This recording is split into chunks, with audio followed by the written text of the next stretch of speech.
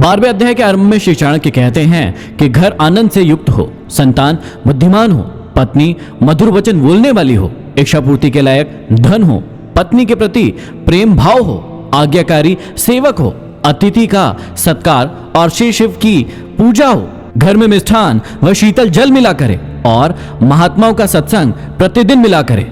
ऐसा घर सभी आश्रमों से अधिक धन्य है। ऐसे घर का स्वामी अत्यंत सुखी और सौभाग्यशाली होता है। आगे समझाते हैं कि जो पुरुष अपने वर्ग में उदारता, दूसरों के वर्ग पर दया, दुर्जनों के वर्ग में दुष्टता, उत्तम पुरुषों के वर्गों में प्रेम, दुष्टता से सावधानी, पंडित वर्ग में कोमलता, शत्रुओं में वीरता, अपने बुजुर्गों के बीच सहन शक्ति, स्त्री वर्ग में धूर्तता आदि कलाओं में चतुर है, ऐसे ही लोगों से इस संसार की मर्यादा बंधी हुई है। स्थान और समय के अनुसार जो कार्य करता है वह चतुर है। आगे समझाते हैं कि जो व्यक्ति दान, दया, धर्म से वंचित होकर गलत तरीके से कमाए गए धन पर अहंकार करते हैं वह नीच होते हैं। ऐसे व्यक्ति को अपने शरीर से मोह नहीं करना चाहिए। भाव यह है कि मनुष्य को इस शरीर से अच्छे कर्म करना चाहिए। आगे चाणक्य कहते हैं कि यदि वसंत ऋतु में करील के वृक्षों पर पत्ते नहीं आते तो इसमें वसंत का क्या दोष है? सूर्य सबको प्रकाश देता है, पर यदि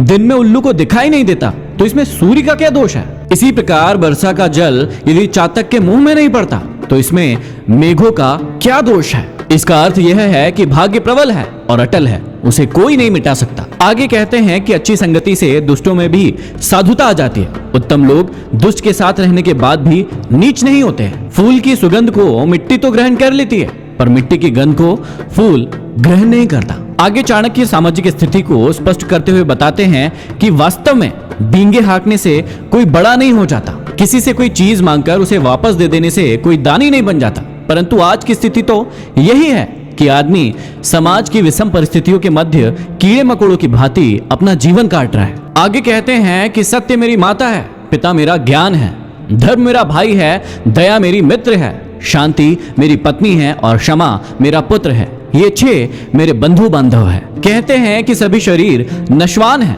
सभी धन संपत्तियां चलायमान है और मृत्यु निकट है। ऐसे में मनुष्य को सदैव धर्म का संचय करना चाहिए। इस प्रकार यह संसार नश्वर है, केवल सत्कर्म ही नित्य और स्थायी है। हमें इन्हीं को अपने जीवन का अंग बनाना चाहिए। कहते हैं कि जो व्यक्ति दूसरों की स्त्री को माता के समान, दूसरे के धन को कंकड़ के समान और सभी जीवों को अपने समान देखता है वही पंडित या विद्वान है। आचार्य चाणक्य समझाते हैं कि बिना विचार के धन खर्च करने वाला, अकेले रहकर झगड़ा करने वाला और सभी जगह व्याकुल रहने वाला मनुष्य शीघ्र ही नष्ट हो जाता है। यहाँ चाणक्य समझाते हैं कि जितनी चादर हो उतने ही पैर फैलाना चाहिए। बिना हिमायती के शत्रु से झगड़ा करना उचित नहीं है। हर समय चिंता में रहने से स्वास्थ्य क्षीण हो जाता है और आदमी असमय ही अपने आप को खत्म कर लेता है। आगे समझाते हैं कि बुद्धिमान पुरुष को भोजन की चिंता नहीं करना चाहिए, उसे केवल एक धर्म का ही चिंतन मनन करना चाहिए। वास्तव में मनुष्य का आहार तो उसके जन्म के साथ साथ ही